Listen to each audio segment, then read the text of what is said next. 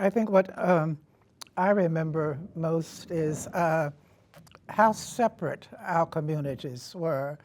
There were no signs designating who was who or identifying anybody, but we lived very, very separate lives. Uh, we knew where we could live. Uh, we knew what schools we could attend. You mentioned how sometimes you had to push the bus. That was not working for us. And we knew not only where to live, but we knew what jobs we could aspire to. And all of this without any signification. There were no signs that said who could do what or where you could live. Somehow or other, we bought into this and accepted that as though it were okay, that we were not to aspire to whatever there was out there as being available to us. As an adult now, as an old adult, I just amazes me, that we could accept that and think that it was okay. I thought it was okay for us to live where we lived and to do the things that we did. We had things going for us, like our church, yes. Where we had lots of church activities, and our community, and when I say our community, I'm thinking of the black community was, we were very together, we supported each other. Yes. And I guess that's how we made it. We would help each other out. Pardon? We would help each other out. Right. Most of the time. Yeah. We had a car, and you brought that up, and I was just thinking a couple of days ago how many of us there were, and I was thinking, how did my father and mother pack us all into the car to get us to church? Because there may have been like 8 or 10 of us at home at any one time, but we did have a car. We always had a car. You didn't have transportation. We had to walk everywhere you wanted to go, or you ride a bicycle. But you lived in the big city of Sykesville. Right. Didn't have nothing to offer us. I lived way out in the country, so there was no place to walk to. Didn't have transportation. We had to walk everywhere you wanted to go, or you ride a bicycle. But you lived in the big city of Sykesville. Right, the big city of Sykesville that didn't have nothing. Didn't have nothing to offer us. I lived way out in the country, so there was no place to walk to. I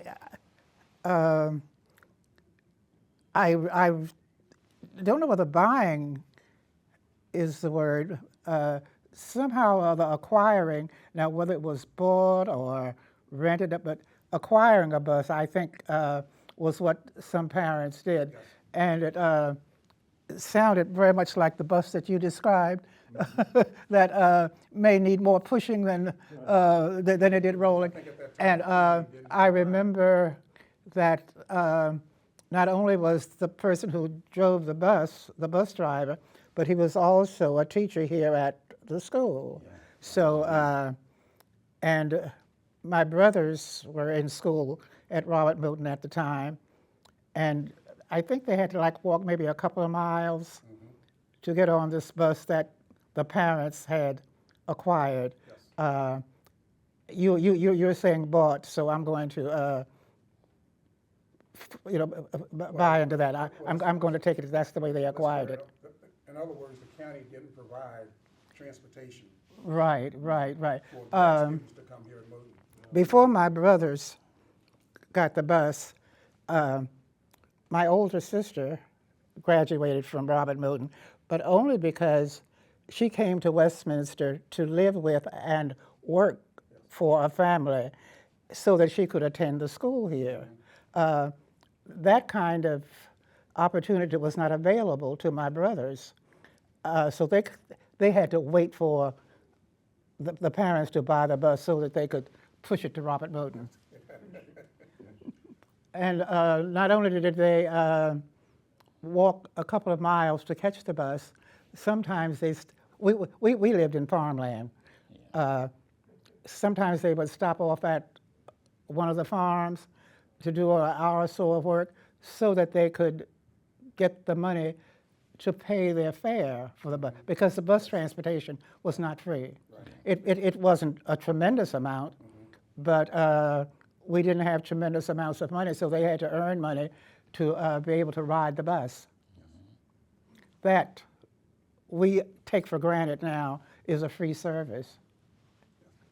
And the teachers who were here sometimes did double duty, like the principal was George Crawford, was also the science teacher. Yeah. And he taught science, all the science that was taught to all the classes.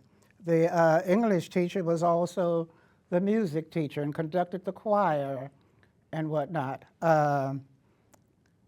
The home economics teacher was also supervisor of elementary schools, Yes. which meant that she could not be here all the time. As I can remember, this was back in 1944 to 48, there were only 5 teachers. That sounds like an awful few teachers for a whole high school, but maybe there weren't more than 100 so students in the school. But there was the shop teacher, the home ec teacher, our principal who was also the science teacher, the English teacher who also taught music, and then there was the math teacher who also taught history and geography. And that seems to have been it. The supervisor you were talking about, would that have been May Prince? Yes. May Prince? Right, right. Yeah. Somehow or other,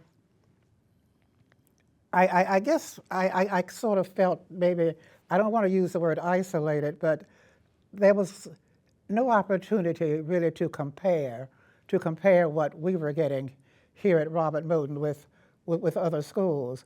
I just did not have that opportunity because of where I lived and who we were, and the opportunities for going into other countries, other cities and counties. The opportunity for making a comparison of what we were getting here at Robert Moton was not available. But as time has passed, I think it was comparable, because we did have to pass that state test. Remember that? The state test we had to pass? Yes. And so do you attribute that to that? And let's add parents to that list of things that affected our education, because I think our parents, they saw the lack. They saw the various lacks of opportunity. That's not a good sentence. They saw the lack of opportunity for us because of who we were.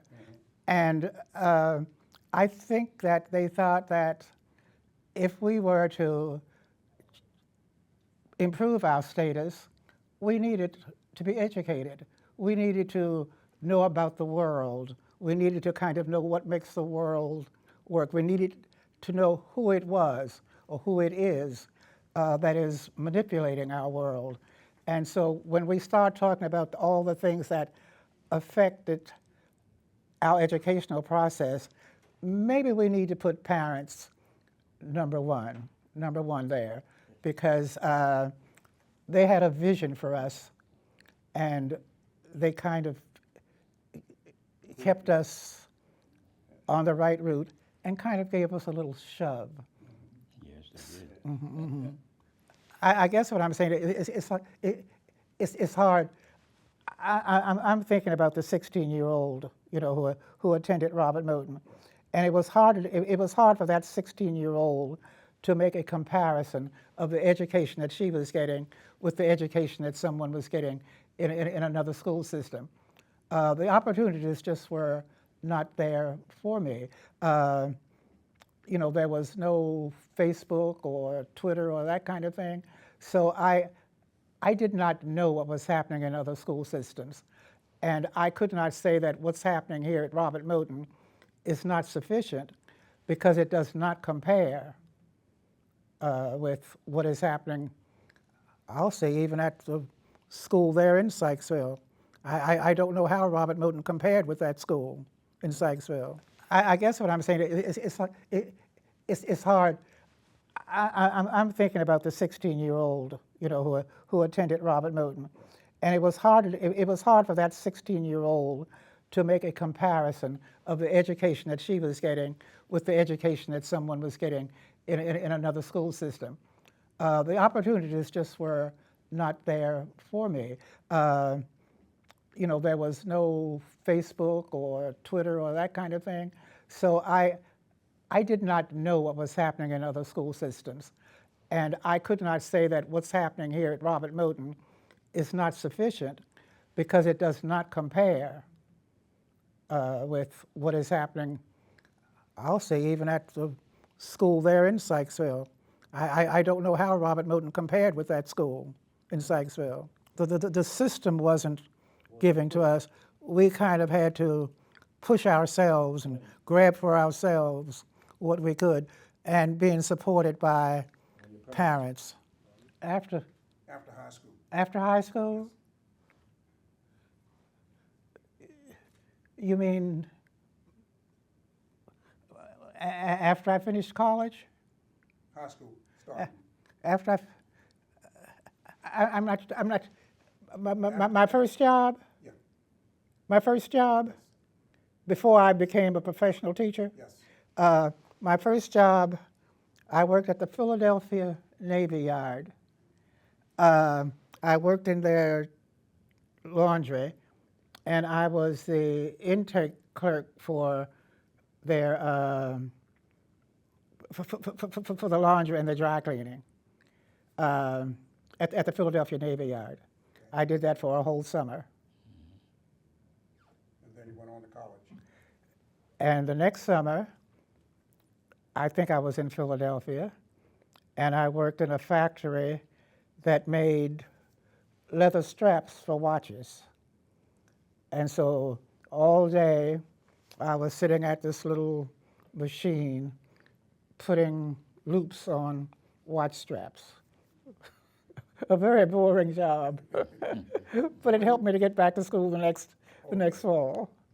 So you did start college. A whole lot's running through my mind. I really can't get it together.